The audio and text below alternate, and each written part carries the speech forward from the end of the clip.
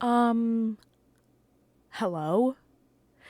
And welcome back to the Paper Soprano podcast. I just did something that I don't think I've ever done on this podcast. This might be the first time I pressed record and I said the intro, like you do. And I was like, in my brain, I was like, ew. And I just deleted it. I just started over. And that was just very strange because I have pretty much based this whole podcast on not editing the thing, just leaving it how it is. And that's the point. The point is to see it unedited in its rawest form. And that was really strange. So it was like an impulse thing. I just deleted it and didn't even think twice about it. So very strange. But here we are. Welcome back. How are you? How are things? How's your day been going? Today is Sunday, my least favorite day of the week. And it's been going okay. If you're wondering, you're like, why is Sunday your least favorite day? Because it's a fake day, essentially. It's a day of anxiety and anticipation of the week to come. And you don't even get to enjoy it by knowing that you have the next day to just relax and live your life. Which would be Saturday. Or Friday, honestly. Friday and Saturday, great. 10 out of 10. Sunday, 0 out of 10 at most. Anyway, this Sunday has been okay. I actually had a lovely, lovely FaceTime date with my dear friend Kate Ashbrook. I also wanted to say, if you are on the Instagram, go check out Kate Ashbrook's Instagram. She just recently posted oh my God, literally, Kate, you just texted me right now. That is crazy, dude. You cannot make this shit up, okay? You just cannot make this up. She literally just texted me right now. She sent me a TikTok, but, you cannot make this up, okay? It's fate that I'm talking about Kate because you need to go to her Instagram and you need to follow her. And I don't necessarily know, this is the first installment of, I hope, many, but she is reading poetry on her Instagram. So go check it out. Special little reading just for you and me. And we are so excited about that. We love seeing our friends doing things, and we love supporting them. If you're not that one friend who's hyping everybody the hell up about the things that they're doing, even if it's something that you're not necessarily knowledgeable of, or you don't really, you don't run that way, or you don't do the things that they're doing, who cares, dude? You better be hyping them up. And this goes for your friends who, you haven't seen in a while, or these people who are in your life, but they're not necessarily physically in your life. Still hype them up too. There's nothing more potent, I think, in today's day and age with all this technology and social media and everything. There's nothing sharing something that your friend has created or that your colleague has done or whatever, because everything's digital right now. It's not like you're going to help your friend go put flyers around on campus to, hype up their recital, or it's not like you're going to, put invitations in the mail about something that they're doing. It's you have to play the game. And if people don't see things that are going on, or if whatever, that's part of it. But also, it means so much more coming from someone else. If you hype something up, if you hype up somebody else's work, it means something, that you're basically giving them a free review, on Amazon. First thing I do when I buy something online, on Amazon, anywhere really, is I check the reviews. Because I want to know what other people think of it. I don't trust this company trying to sell me something. I want the feedback. I want the people being it's see-through, or it came stained, or there's seams ripping out of it, or it's actually like runs small or runs big or whatever. I want that info. I don't care about this, random stock photo of a t-shirt that I'm seeing. You know what I'm saying? All that to say, hype up your friends, share their stuff, be their cheerleaders, because hopefully, at some point, someone will be your cheerleader, or you'll surround yourself with friends who, you might not even need a cheerleader because your friends know what you're doing because, they seek out your content because you're so supportive of other people and they want to support you, and maybe they don't feel comfortable sharing something, which is fine, but they support it in other ways, Maybe they talk about it to people. Maybe they, I don't know, maybe they go on and consume it themselves. They watch it, they listen to it, they like it, they comment on it. You know what I'm saying? So be the energy that you want to receive and expect nothing. Expect that no one else is going to do that. You have to be selfless in doing it, and like it's not this like for like bullshit, okay? No like for like. That's not a thing. No follow for follow. That's not a thing. That's not a real thing. You will gain nothing from that. And actually, I personally feel like when you do that, like for like, follow for follow, you will lose more than you ever could have thought that you will gain. Like, people have said to me, like, oh, can we do this, like, follow 20 people and then send this to 20 people and then they'll follow 20 people and we'll grow our audiences, we'll grow our fan base. No, you won't. Because I am not going to do that. Because it made me uncomfortable when you did that to me. And I am not going to put my friends in an uncomfortable position for them to feel obligated to send some weird, sketchy chain mail. Like when we were in 6th grade and we first got cell phones and somebody sent you a big chain message that said your mom's gonna die if you don't send this message to 25 people in your contacts. And I'm like, girl, I have a track phone. I pay for each one of these text messages. I am not forwarding this chain mail. But you know what? People do it. So, oh my God. Okay, so we're going to get off of that. But, oh my God, Kate, you're killing me. I can't wait to watch these TikToks. Oh my God. Okay, so I wanted to talk to you guys today about a video that I watched. Oh God, not that. Okay, so it's a video that I watched today. If you know the channel TwoSet Violin, they are like, there's these two Australian guys who obviously play the violin, Brett and Eddie, and they're really funny. I think they're Gen Z. I don't know. They might be millennials. They might be my age. They might be younger. I'm not sure. But I watched one of their videos, right? And I took some notes on it because I thought it was really like good content, good talk, So here's what I wrote. I took some notes in my notes app and I wanted to share these with you. So TwoSet Violin's new video on, quote, "We open up about our mental health." That's the title of the video. So if you want to look it up, we open up about our mental health. They just talk about like emotional and mental hardships for musicians. And I think that's really, really important. They also go on to say that like this hasn't really been talked about. People don't really talk about the kind of psychological problems that come with being a musician. And obviously, like,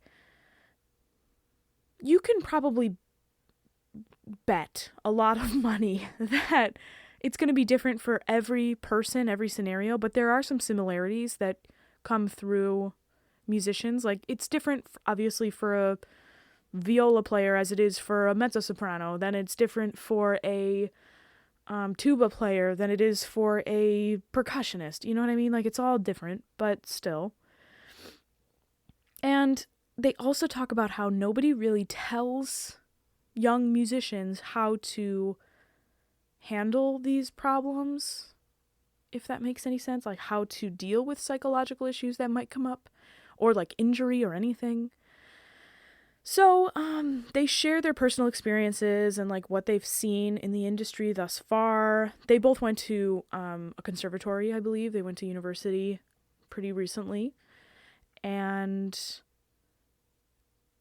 yeah, obviously they're making videos now. They're doing stuff. I don't necessarily know how much performing they're doing. Obviously with COVID, like probably zero, but like before that. So yeah, so they talk about specifically like stress and burnout and like depression and anxiety. I'm just going to talk about the stress and burnout portion because I think that that's really important to me specifically. And so yeah, they talk about like burnout as something that's kind of like glorified, but also not like like it's kind of glorified in a way because it's like there's this conventionality with practicing where it's like you pretty much their whole like slogan is like practice 40 hours a day. Like, did you do your 40 hours today? Like it's a whole thing, and people try and practice all the time. And I forget, it might have been Brett who said this, but he had to stop playing, or no, I think it was Eddie. He had to stop playing violin for like 8 months because at one point in his career, he was literally so burnt out. And it was like a problem, like a really big issue. And they also go on, they had like friends who used to like obsessively practice, and then at the end of university, like at the end of their collegiate career, they couldn't even like touch their instrument without having a mental breakdown. And like some people just stop playing. Like some people literally will stop playing, or they will not progress, or they will just choose to give up or whatever because of burnout. And it begs the question, like, are we not talking about this with students? Are we enforcing it, to be perfectly honest? Like, are we perpetuating this cycle? Because I think a lot of the times, like, specifically in a university setting, like, you're kind of forced to burn out. And people just obsess over perfection. It's this idea that people have to be perfect and there's no way out. And, you know, they also talked about watching videos of themselves playing, like when they were like 5 years old or 6 years old, playing violin, and like seeing like, you know, baby Brett and baby Eddie like playing violin and how free it was, or how like carefree it was. Obviously it's not going to be like stellar playing, but it's still like you could see in a child like engaging in music, there's a sense of freedom and enjoyment. And then when you start looking at videos of them when they're older, you know, getting into high school, or, you know, the beginning of university, whatever, you can literally see the difference in their demeanor. You can see the difference in the way that they've kind of stiffened, and that creativity, that freeness, that childlike musician, which is not a bad thing. Being childlike as a musician is not a bad thing. That part of them has been stifled. You know, that's a crazy thing to me, because it's so true. With knowledge and experience comes stigma and expectation. And so check that video out if you're interested. But this got me thinking about why I really enjoy improvisatory music. Like, I'm not even just going to say jazz, because also like Baroque music is highly improvisatory. Like, people don't necessarily think of Baroque music as improvisatory music, but you do have to understand the language that was spoken, and then you can improvise upon that. But that goes for any style that's, improvising. Same with jazz, same with any kind of style of that nature. So that kind of stuff is what really interests me. And I find that when people engage in those styles of music, they find it super upsetting. Like specifically, classical musicians, right? Think about a classical musician trying to improvise. Okay, like what? They're gonna get upset. They're gonna get frustrated. They don't have any music to read. They're not trying to see any, like they can't see it. Like, even TBH, even when I, a classical musician, am trying to like write a cadenza for myself, or write like a cadenza, if you're not familiar, is like at the end of an aria, there's a dominant seventh chord usually that plays, and you kind of riff over it for a while, and you show off some stuff. You give a little firework display at the end of a aria, or at the end of something, end of a tune, whatever. And then, you finish the aria, but it's like a little display, and it's designed for the singer to improvise and to be creative and to show off their strengths, their talents, their things that make them as a singer. And back in the day, these singers who were singing this kind of stuff had a lot bigger vocabulary, and a lot more relevant vocabulary, I should say, than we do now, because that when this music was popular, people knew what was acceptable to hear at that time, But now, since operatic music and classical music and even jazz, and Baroque music, like all these older styles of music, all relative, but these older styles of music, you have to be willing to learn the language, and then you have to be willing to be brave enough to say something in that language. It's so tough. It's so tough to look at yourself and be like, I have enough knowledge of this that I feel comfortable being childlike again. I have enough knowledge of this that I feel comfortable making a statement in this language. Like, that is terrifying.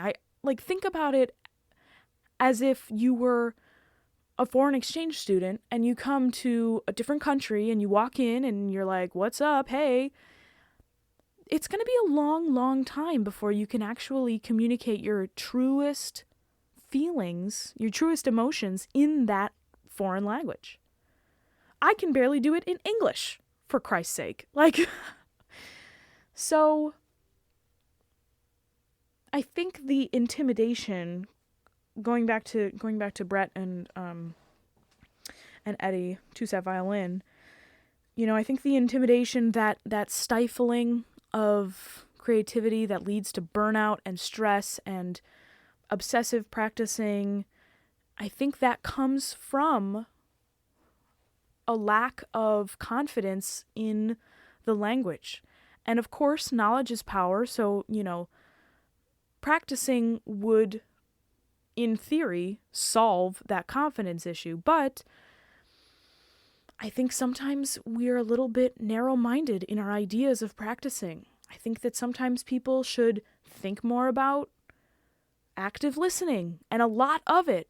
People should think more about seeing other people play as practice. People should think about, having a jam session with other people and listening to each other practice, like having an open practice session. Like, that's not a thing. But practicing in front of somebody else, not as a lesson. You're not trying to teach anybody. You're just practicing in front of each other. And, you hear what that person's doing. You try and get into their head. You try and understand. You're having a conversation, I think jam sessions are really, really important. I think that it's like practicing another language with another person. Like, obviously, when you're practicing opera and things like that, it's a little bit tricky to do a jam session in the classical style, obviously. But, you could sit down with your friends and go through some recitative and sit down and be like, yeah, what if I did this? Or what if I took a really big pause here? Like, what would you do? Or, how would this feel? And just try things out. And same thing with Baroque. Like, get your freaking Renaissance lute out, dude. Start playing me some songs, like some stuff. Start, laying down some tracks. And I'll hit you up with that repetition of the A section with some far out ornaments, okay? I will blow your freaking mind with my ornaments. And you can feel free in that time to not be like, oh, it's on the stage, people are listening, whatever. It's practice. It's for fun. You're learning. The stage isn't necessarily the best place to learn things. You will learn things, but you'll also probably forget because you'll probably be scared and nervous. But it's the best place to learn is like obviously in the practice room, obviously with your teacher, but also with your friends, with your colleagues, with your pals, with your family. If your family's musical, bust out some guitars, play some piano, I don't know, make it happen. I just think that that's a really overlooked part of practice that could potentially help with feelings of community and feelings of burnout and stress. So yeah, I think that I don't necessarily know how I'm going to implement this into my life, specifically because if you're listening to this well into the future, it is February of 2021, and we are not necessarily having any jam times, any jam sessions anytime soon. But in the future, I might be down. As soon as this panorama is finished, I'm ready. All right, people, let's do some reading. Speaking of old music, what do we got today, guys? So if you're new to the podcast, welcome. We do a segment every day entitled Minute Sketches of Great Composers, where we take a few minutes and we read about some old dead white guy for your and mine enjoyment. Where we learn something new, and most of the time we learn something new because this was written in the 30s and we don't necessarily know how credible this source is, I should say. So we take it with a grain of salt. All right, guys, today we have Gioacchino Antonio Rossini. I don't know how do I pronounce his first name? Gioacchino. Okay. All right, so it's Rossini. And his subtitle is A Composer in Spite of Himself. Born 1792, died 1868. More orders than he could fill, more money than he needed, more success than he wanted. Such was the extraordinary fortune of Gioacchino. So sorry, I should know this. Such was the extraordinary fortune of Rossini. We're just going to skip that whole first name business. Born of a pretty opera singer and of a father who was a town trumpeter in Pesaro during the leap year in which Mozart died in 1792, at the age of 37, having completed William Tell, his 30th opera in 14 years, he ceased writing altogether until the last year of his life when he wrote his famous Stabat Mater, referring, as he said, the glory of inventing a new salad dressing, which won the cardinal's blessing to all the fame which might come to him as a composer. I'm sorry, when did we start talking about salad dressing? Did I miss something? What?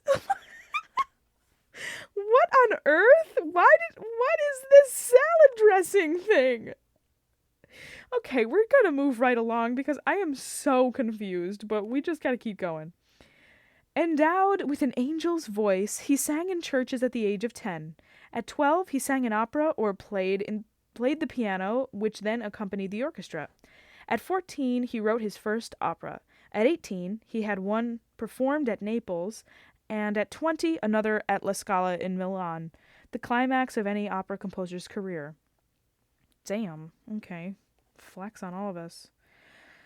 Marrying his leading lady, Isabella Colbran, he spent the next few years traveling about Europe, writing to order only and under such great pressure that the pages of his manuscripts often went straight from his pen to the conductor's stand.